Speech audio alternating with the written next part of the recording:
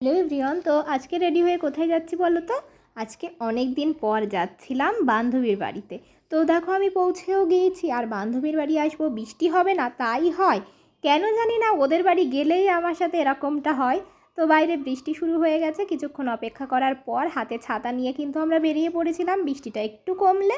তারপরেই আমরা চলে গিয়েছিলাম সাইবার ক্যাফেতে, একটা কাজ ছিল। তো সেই কাজটা মেটাতেই গিয়েছিলাম, আর দেখো কারেন্টটা চলে গেল। সব সময়ই আমাদের সাথে এরকম হয়, কি আর করা যাবে। আর বাইরে তখন বেশ ভালো জোরেই বৃষ্টিটা এসেছে। তো কিছুক্ষণ বসার পরে কাজ অবশেষে মিটলো, তারপরেই আমরা হেঁটে হেঁটে চলে যাচ্ছিলাম আমাদের আরেকটা দরকারে।